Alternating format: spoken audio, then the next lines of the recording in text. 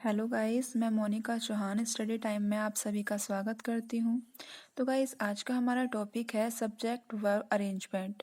ये हमारा बैंक और एसएससी एग्ज़ाम के लिए बहुत ही ज़्यादा इम्पोर्टेंट है। तो गाइस, आप मेरी वीडियो को लास्ट तक देखें और ध्यान से देखें। और अगर आपने मेरे चैनल को अभी तक सब्सक्राइब नहीं किया है तो प्लीज़ मेरे चैनल को सब्सक्राइब कर लें। तो चलिए गाइस, आज मैं आप सभी को एग्ज़ाम में किस तरह के क्वेश्चन आते हैं वो बताने वाली हूँ।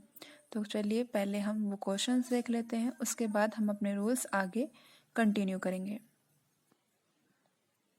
चलिए गाइस, हमारे पेपर में कुछ क्वेश्चन इस तरह से आता है कि फाइंड आउट एरर, हमें एरर फाइंड आउट करनी है और हमारा सेंटेंस इस तरह से कई पार्ट में डिवाइड होता है। जैसे कि 20 मील्स पहला पार्ट होगा, are second part, a long way third, to walk. तो इस तरह से 5 पार्ट में हमारा जो सेंटेंस है वो डिवाइड होता है और उसमें से कौन सा हमारा सेंटेंस में मतलब कौन से पार्ट में एरर है वो हमें फाइंड करनी होती है और बताना होता है कि ऑप्शन ए में हमारे एरर है या ऑप्शन बी में एरर है। इस तरह से हमें बताना होता है। तो जैसे गाइस, पहला एग्जांपल है 20 मील्स। तो 20 मील्स में तो कोई एरर नहीं है, लेकिन 20 मील्स के अकॉर्डिंग देखें तो हमारा जो वर्ब है वो इज आनी चाहिए, यानी कि सिंगुलर वर्ब आने चाहिए और एक प्लूरल वर्ब है जो कि गलत हो जाएगा। तो गाइज, इसके सेकंड पार्ट में एरर है। तो जो हमारे पास ऑप्शन होंगे कि option A, option B, option C, तो हम ऑप्शन बी को लगा देंगे कि ऑप्शन बी में एरर है। ऐसे ही गाइज, सेकंड क्वेश्चन है कि neither my wife nor my brother in law were able to help me in my homework.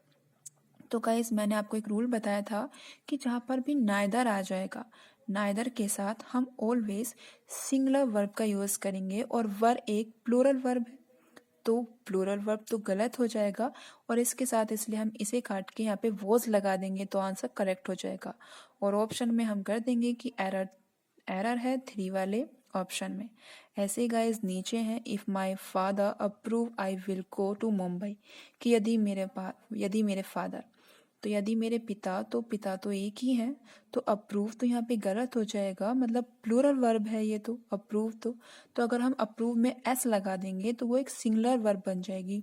तो यहाँ पे भी ऑप्शन सेकंड जो होगा उसमें एरर है, तो ऑप्शन सेकंड आप करेक्ट कर दोगे। ऐसे ही हमारा कुछ और भी सेंटेंस हैं, जैसे कि आप ले सकते हैं एग्जाम्पल नंबर 4 कि neither India nor Pakistan have yet acquired the capability to produce nuclear weapons नोयर।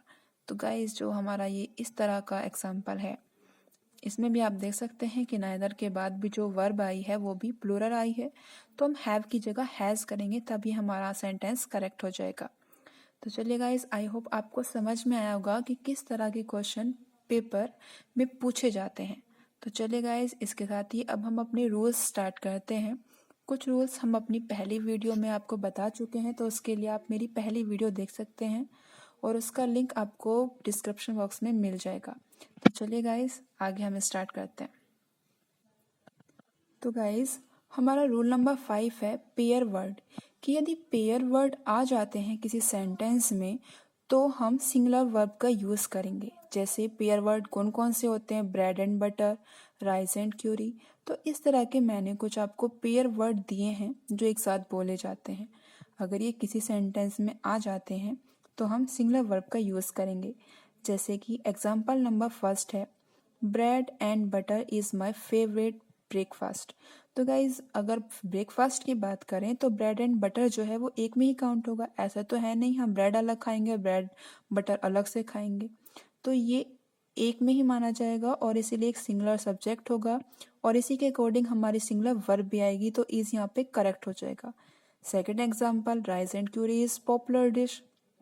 तो राइस एंड क्यूरी भी हमारा सिंगुलर सब्जेक्ट होगा और उसी के अकॉर्डिंग हम सिंगुलर वर्ब लगाएंगे और इस एक सिंगुलर वर्ब है जो कि करेक्ट हो जाएगा।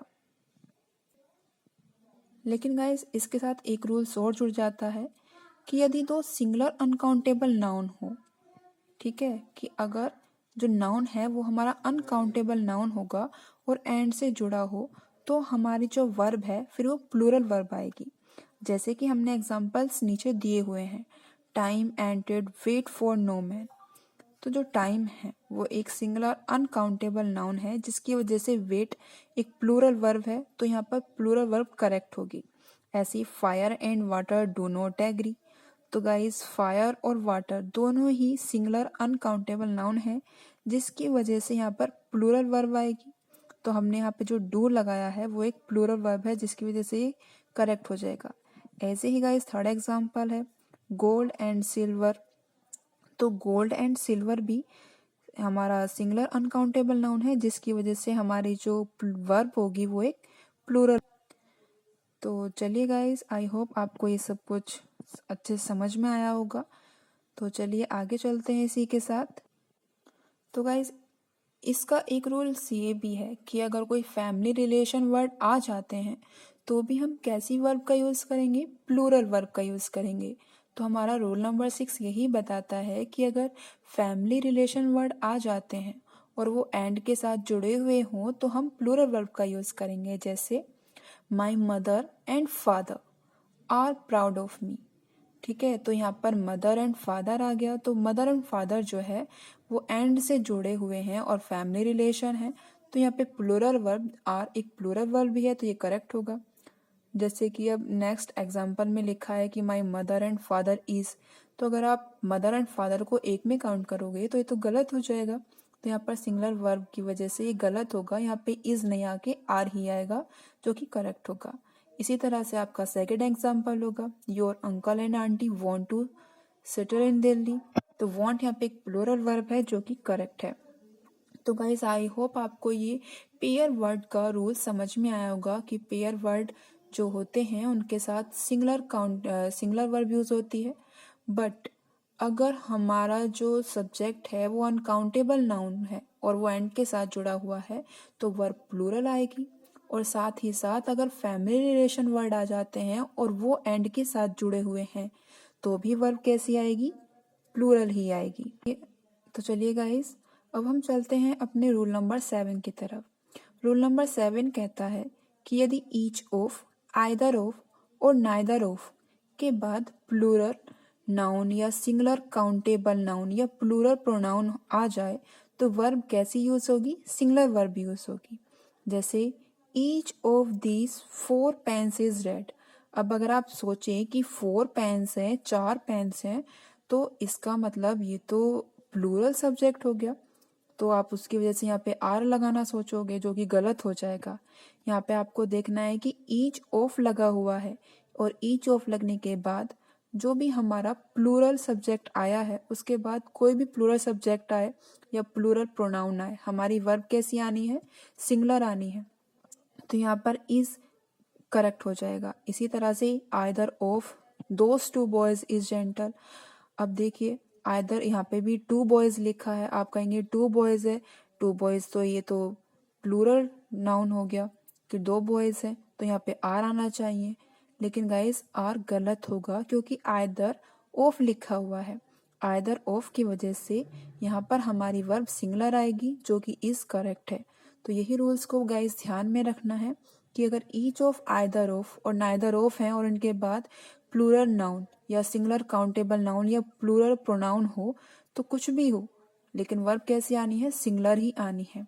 और ईच और एवरी तो ऐसे हैं जिनके साथ हमेशा ही सिंगुलर वर्ब का यूज होना है। जैसे मैंने नीचे नोट में भी लिखा है कि अगर ईच, आइदर, नाइदर आ जाते हैं तो इसके साथ हम सिंगुलर वर्ब का यूज करेंगे। ठीक है गाइस, आई होप आपको ये सारे एग्जांपल्स बहुत ही अच्छे से समझ में आए होंगे। अगर आपको मेरी वीडियो पसंद आ रही हो तो प्लीज़ इसे लाइक ज़रूर कर दें। तो चलिए गाइस, इसके साथ अब हम चलते हैं अपने रूल नंबर नेक्स्ट की तरफ। तो चलिए गाइस, हमारा रूल नंबर 8 क्या कहता है। हमारा रूल नंबर 8 कहता है कि यदि क्वेश्चन में मैनी, एक गुड मैनी, एक ग्रेट मैनी का प्रयोग सेंटेंस के सब्जेक्ट के रूप में होता है तो उसके साथ प्लूरल वर्ब आती है। जैसे कुछ एग्जाम्पल दिए हुए हैं ना, ध्यान से समझेंगे। Many are absent from the class, तो गाइस मैनी लगा है, मैनी के साथ प्लूरल वर्ब लगी है, अभी हमने रूल में देखा। तो जहाँ पे भी मैनी, एक गुड मैनी आ जाएगा हम वहाँ पर प्लूरल वर्ब यूज करेंगे। तो यहाँ पर आर एक प्लूरल वर्ब है जो कि हमारी करेक्ट होगी। ऐसे guys next sentence, there are 2000 boy in SDP school and a good many are very laborious. तो यहाँ पे एक गुड मैनी लिखा है, एक गुड मैनी की वजह से यहाँ पर हमारी प्लूरल वर्ब आर आ जाएगी। ऐसे ही गाइज रूल नंबर 3 कि many student have passed. Many की वजह से अब देखिए स्टूडेंट्स लिखा है, स्टूडेंट तो अपने आप में ही एक प्लूरल नाउन है, तो यहाँ पे वर्ब भी कैसी आएगी, प्लूरल ही आएगी। तो आप दोनों में से कुछ भी देख लीजिए, मैनी की वजह से भी यहाँ पे प्लूरल वर्ब है। ठीक है। Next rule number 4, many of criminals.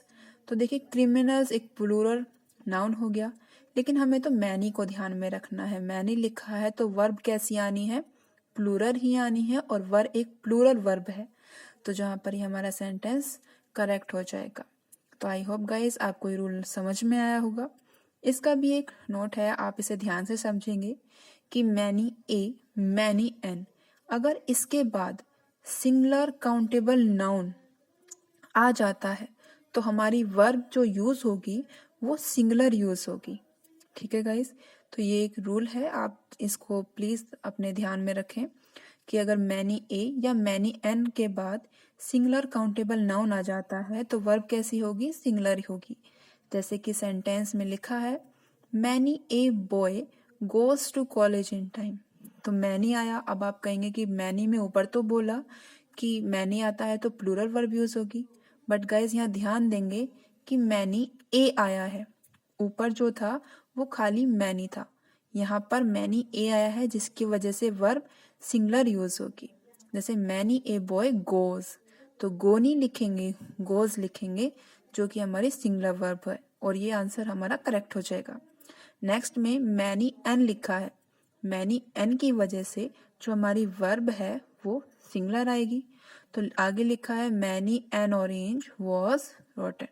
तो गाइज यहाँ पर वॉज एक सिंगुलर वर्ब है जो कि करेक्ट होगी।